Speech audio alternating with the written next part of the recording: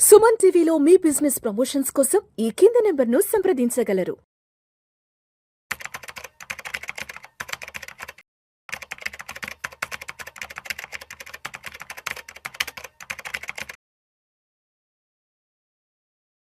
నమస్తే, welcome to Vishnu talks. నేను విష్ణు. ప్రస్తుతం మనతో పాటు senior stock market analyst Ramachandramurthy గారు ఉన్నారు. సార్తో మాట్లాడదాం. రామచంద్రమూర్తి గారు నమస్తే సార్. నమస్తే విష్ణు గారు. Welcome to Vishnu talks. Thank you sir. So Ramachandramurthy గారు, ట్రంప్ ఏ రోజు ఎటువంటి డెసిషన్ తీసుకుంటాడో అర్థం కావట్లేదు. ఎస్, గత సంవత్సర కాలంగా 50% టారిఫ్లు అంటూ కూడా రకరకాలుగా మాట్లాడాడు. బట్ నిన్నటికి నిన్న ఒక్కసారిగా రష్యా నుంచి ఏ దేశాలు అయితే చమురు కొంటాయో ఆ దేశాలు మా దేశంలోకి కనుక ఎక్స్పోర్ట్ చేయాలంటే 500% పన్నులు కట్టాలి, 500% మేర పన్నులు వేస్తామంటూ నిన్న ట్రంప్ పేల్చిన బాంబు ఏదైతే ఉందో, టారిఫ్ల బాంబు, నిజంగా ఒక్కసారిగా ప్రపంచ దేశాలన్నీ కూడా అదిరిపడ్డాయి. అండ్ నిన్న స్టాక్ మార్కెట్లు కూడా విపరీతంగా కుప్పకూలాయి. ఆల్మోస్ట్ నిన్న 8 లక్షల కోట్ల రూపాయల ఇన్వెస్టర్ల సంపద అంతా కూడా మార్కెట్ నుంచి వైప్ అవుట్ అవ్వడం జరిగింది. ఏంటి అసలు ట్రంప్ ఎందుకు ఇటువంటి డెసిషన్స్ తీసుకుంటున్నాడు? అండ్ ఫర్దర్గా ఇంకా ఎటువంటి ఇబ్బందులు ఎదుర్కోబోతున్నాం అసలు? మంచి క్వశ్చన్ అడిగారు సార్. యాక్చువల్గా ఇప్పుడు జనవరి 1 నుంచి అంతా బాగుంటుంది, ట్రేడ్ రిలేషన్ టారిఫ్స్ వస్తాయని అనుకున్న టైంలో ఈయన ఒక్కసారిగా బాంబు పేల్చాడు. ఈయన ఏంటంటే, ఈ ట్రంప్ గారు మేజర్గా జరుగుతుంది ఏంటంటే, అక్కడ లోకల్గా అన్రెస్ట్ అనేది యూఎస్లో వస్తుంది. ఈ ట్రంప్ గారి మీద యాంటీ వస్తుంటే దాన్ని తప్పించుకోవడానికి ముందు వెనిజులా అధ్యక్షుడిని కిడ్నాప్ చేసి తీసుకొచ్చి ఇంటర్నేషనల్గా ఒక హర్రర్ అనేది క్రియేట్ చేశారు. అలాగే ఇప్పుడు ఏంటంటే, ఎవరైతే రష్యన్ ఆయిల్ కొంటున్నారో మేజర్గా బ్రిక్ కంట్రీస్లో బ్రెజిల్, ఇండియా, చైనా మీద అయితే పెట్టలేదు, కానీ ఇండియా మీద కానీ బ్రెజిల్ మీద కానీ 500% టారిఫ్ వేస్తామని అనౌన్స్మెంట్ అయితే వచ్చింది. సో ఆ బిల్లు కూడా తయారు చేస్తున్నాము, మేము చేస్తున్నాము. ఒక వారంలో ఓటింగ్ కూడా పంపిస్తున్నారు. అయితే ఏంటంటే, సుప్రీంకోర్టు కూడా ప్రజెంట్ యుఎస్ సుప్రీంకోర్టు దీని మీద ఈ తీర్పు అనేది 2-3 రోజుల్లో వస్తుంది అనేది కూడా ఉంది. అయితే ఈ వన్ సైడ్ డెసిషన్స్ తీసుకోవటం వల్ల అమెరికా ప్రజలతో పాటు ప్రపంచాన్ని కూడా ఈయన అతలాకుతలం చేస్తున్నారు. సో ఇదైతే ఒక తీవ్రంగా, ఎందుకంటే ఇండియాకైతే చాలా ఒక అశనిపాతం అనొచ్చు. $120 బిలియన్ ట్రేడ్ అయితే ఆగిపోయే ఛాన్స్ ఉంది. ఇప్పుడు ఈయన నెక్స్ట్ స్టెప్ కూడా ఏంటంటే, EU కంట్రీస్తో కూడా టారిఫ్ వేయించే ఛాన్సెస్ కూడా ఉంది. ఎందుకంటే ఆ యుద్ధాన్ని ఆపాలి అనే పాయింట్ మీద రష్యా ఆయిల్ అమ్మకుండా రిస్ట్రిక్ట్ చేసి ఈయన ఆయిల్ కొనాలి, ఇండియన్ ఆయిల్ అదే అమెరికన్ ఆయిల్ కొనాలి అనేది ఇప్పుడు వాళ్ళ ఏజెంట్ అనమాట. మేజర్గా ఇంటర్నల్గా ఏంటంటే, టారిఫ్స్ వేయటానికి major reason Indian people American oil కొనాలి, రష్యన్ ఆయిల్ ఆపేసి యుఎస్ కొనాలి. ఎందుకంటే యుఎస్ చాలా డెట్ ఉంది, $300 ట్రిలియన్ ఉంది. ఓన్లీ ఇంట్రెస్టే $1 ట్రిలియన్ పే చేస్తున్నారు ఎవ్రీ మంత్.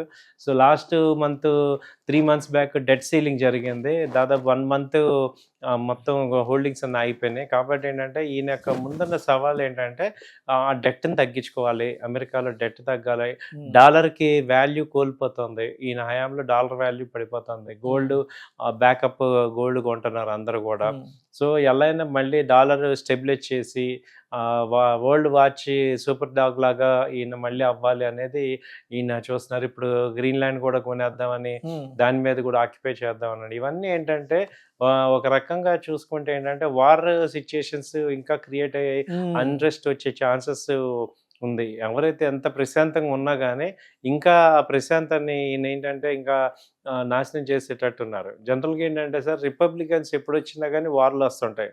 ఇప్పుడు అంతకుముందు ఇరాక్ మీద బుష్ కానీ, జూనియర్ బుష్, వాళ్ళంతా కూడా ఈ రిపబ్లికన్స్. ట్రంప్ లాస్ట్ టైం వచ్చినప్పుడు కోవిడ్ ఉంది కాబట్టి ఎవరి మీద పడలేదు, కానీ లేకపోతే ఆయన యాక్టివిటీస్ అన్నీ కూడా ఇలాగే ఉంటాయి. సో ఇంకా 1 year అయింది, ఇంకో 3 years ఉంది, మొత్తం 4 years టర్మ్.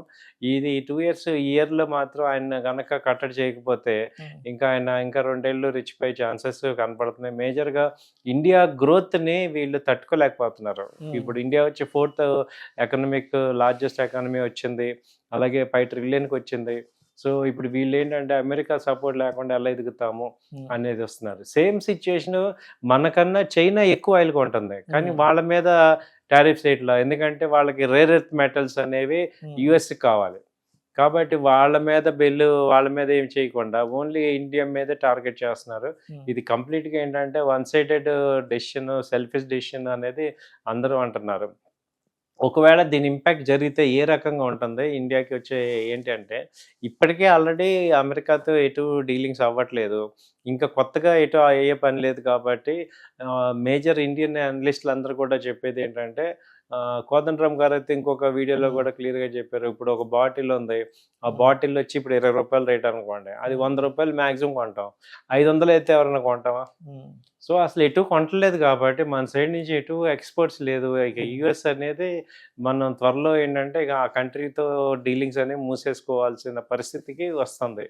సో, మరి ఇండియన్ గవర్నమెంట్ ఏం చేస్తుంది ఇప్పటిదాకా ఏది తీసుకోలేదు అంటే, ఇది కొంచెం ఆశ్చర్యంగాను, ఆందోళనగాను ఉంది ప్రెజెంట్ ఇప్పుడు. ఎందుకంటే సిట్యుయేషన్ కంట్రోల్ చేయాల్సిన బాధ్యత ప్రధానమంత్రి మోడీ గారి మీద ఉంది. ఆయనేం మాట్లాడట్లేదంటే, ఇప్పుడున్న సిట్యుయేషన్ ఇంకా అమెరికాకి యాంటీగా తెచ్చుకొని ఎవరు వచ్చే పరిస్థితి లేదు. ప్రెజెంట్ ఉన్న పరిస్థితుల్లో మా పాయింట్ ఆఫ్ వ్యూ ఏంటంటే, ఇప్పుడు ఇలాంటి సిట్యుయేషన్స్‌ని హ్యాండిల్ చేయాలి. అంతేగాని గ్రావిటీ పెంచుకోకూడదు.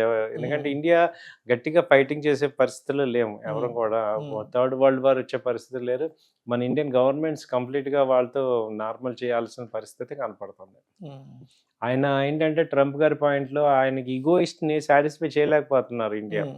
సో, అలా కాదు ఇది లేకపోతే కొంత తగ్గిస్తాము అనేది మాట్లాడితేనే ఆయనతో అవుతుంది. ఎందుకంటే మూర్ఖుడితో పెట్టుకుంటే ఏమవుతుందంటే ఎవరికీ మంచిది కాదు అనేది చాలామంది ఇండియన్ పాలిటిక్స్ కానీ వాళ్ళు కానీ చెప్పేది కూడా ఇదే ఉంది.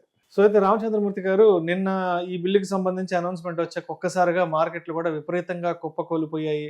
అండ్ అసలు ఇవాల్టి సిచ్యువేషన్ ఏంటి? ఎందుకంటే ఫర్దర్గా దీనికి సంబంధించి ఇంకా ఎటువంటి డెసిషన్స్ ఉంటాయి ఉండబోతున్నాయంటూ కూడా అందరూ ఆలోచిస్తున్నారు కాబట్టి ఏంటి అసలు ఇవాళ ఎలా ఉండబోతున్నాయి మార్కెట్లు? వీకెండ్ శుక్రవారం ఉన్నాం కాబట్టి అండ్ ఫర్దర్గా నెక్స్ట్ వీక్ అసలు ఎలా ఉండే అంటే ఏ విధంగా ఉండే అసలు అవకాశం ఉందంటారు? ఇవాళ వచ్చి మార్కెట్స్ దాదాపు 25,700కి వచ్చింది సార్. నిఫ్టీ వచ్చి అంతకుముందు ఈ వీక్ హై వచ్చి 26,300 అంటే దాదాపు 700 పాయింట్స్ మార్కెట్ నిఫ్టీ డౌన్ అయింది. అలాగే 2000 పాయింట్స్ దాకా సెన్సెక్స్ డౌన్ అయింది.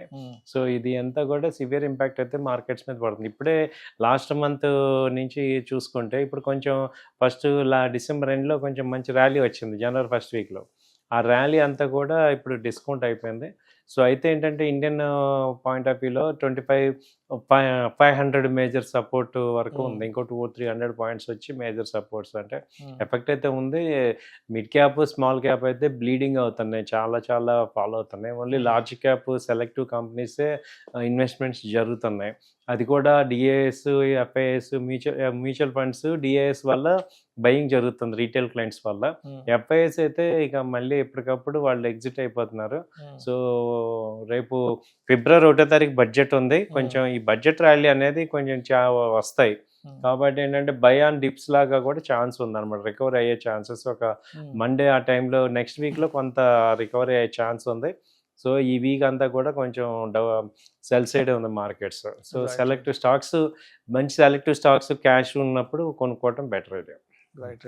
అండ్ అదేవిధంగా నిన్న చూసినట్లయితే వెనజులాకి సంబంధించిన ఓడపైన ఏదైతే రష్యాకి సంబంధించిన ఫ్లాగ్తో వెళ్తున్న ఓడపైన అమెరికా వాళ్ళు అటాక్ చేయడం, దాని తర్వాత రష్యా కూడా అమెరికా మీద ఒక అటాక్ అనేది చేయడం జరిగింది. అంటే ఇక్కడ స్పష్టంగా తెలుస్తున్నాయి కొంత యుద్ధ వాతావరణం, యుద్ధ మేఘాలు అనే వాళ్ళ అలముకునే అర్థమవుతుంది కాబట్టి ఏంటి అసలు మరి బంగారం వెండి ధరలు కూడా ఎప్పుడు కూడా ఏదో ఒక అన్సర్టినిటీ న్యూస్ కోసం కాసు కూర్చుంటాయి కాబట్టి లాస్ట్ 3-4 డేస్ బ్యాక్ వెనిజులాకి సంబంధించి కొంత అన్సర్టినిటీ చూసాం. అండ్ తర్వాత ఇప్పుడు లేటెస్ట్గా మళ్ళీ 500% సుంకాలంటూ చూసాం. తర్వాత అమెరికా రష్యా మీద పరస్పర దాడులు అంటూ వస్తున్న ఈ వార్తల నేపథ్యంలో ప్రస్తుతానికి గోల్డ్ ఏమో 1,50,000 ఉంది. తర్వాత సిల్వర్ ఏమో 2.5 లక్షలు 3 లక్షలు అంటున్నారు. అంటే స్పష్టంగా ఇక్కడ కొంత యుద్ధానికి సంబంధించిన వాతావరణం కనిపిస్తుంది కాబట్టి ఎప్పుడు కూడా ఏదో ఒక నెగిటివ్ న్యూస్ కోసం కూర్చున్నటువంటి బంగారం వెండి ధరల పరిస్థితి ఇంకా ఎలా ఉండే అవకాశం ఉందంటారు అసలు? బంగారం వెండి అయితే నిన్న కొంచెం వెండి తీసుకుంటే 20,000 తగ్గింది సార్. గోల్డ్ అయితే 2,000 పాయింట్లు తగ్గింది. కానీ మళ్ళీ అమ్మటే వాళ్ళు మార్నింగ్ గోల్డ్ 1000 పాయింట్లు కవర్ అయిపోయింది. బంగారం అదే వెండి వచ్చి 10,000కి వచ్చింది, 2,50,000కి వచ్చింది. ఇప్పుడు ఏంటంటే యాక్చువల్గా అన్సర్టనిటీ అనేది మీరు అన్నట్టు కాచుకుని కూర్చున్నాయి. సో ఇప్పుడు ఇది లాంగ్ టర్మ్ పాయింట్ ఆఫ్ వ్యూలో చూసుకుంటే ఒక 2 నెలలు 3 నెలల పాయింట్ ఆఫ్ వ్యూలో చూసుకుంటే గోల్డ్ వచ్చి ఇంటర్నేషనల్గా $5,000 వచ్చే అవకాశం అవకాశం ఉంది. ఇప్పుడు ప్రెసెంట్ 4,600, 500 ఉంది. సో అంటే ఇండియన్ రేట్లో వచ్చి 1,60,000-70,000 దాకా వచ్చే అవకాశాలు ఉన్నాయి. సిల్వర్ అయితే 3 lakhs అయితే వచ్చే అవకాశాలు కనపడుతున్నాయి. సో ఎక్కడ కూడా మార్కెట్స్లో స్టాక్ మార్కెట్స్ తగ్గుతున్నాయి కాబట్టి అంటే ఏంటంటే అందరూ కూడా సేఫ్టీ హెవెన్కి బంగారం వెండి మీదకి వెళ్తున్నారు. సో కాబట్టి అయ్యే మూమెంట్స్ వచ్చే అవకాశాలు కనపడుతున్నాయి. సో గోల్డ్ బీస్, సిల్వర్ బీస్ విపరీతంగా ఉంటున్నారు అందరూ కూడా. కాబట్టి ఇప్పుడు ఉన్న పరిస్థితుల్లో మెటల్స్ ఇన్వెస్ట్మెంట్ కొంచెం సేఫ్టీగా కనపడుతుంది. Right right.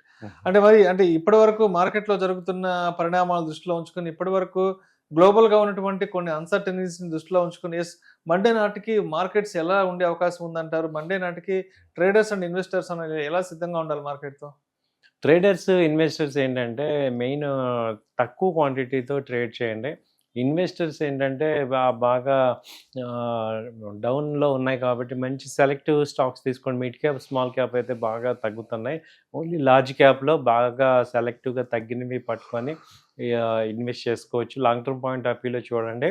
అలాగే బై అండ్ డిప్స్ కొంత క్యాష్ రిజర్వ్స్ కూడా పెట్టుకోండి. ట్రేడర్స్ అయితే బాగా టఫ్గా ఉంది కాబట్టి బాగా క్లారిటీ అంటేనే చేయండి, లేకపోతే 2-3 రోజులు అవాయిడ్ చేయండి. ఎందుకంటే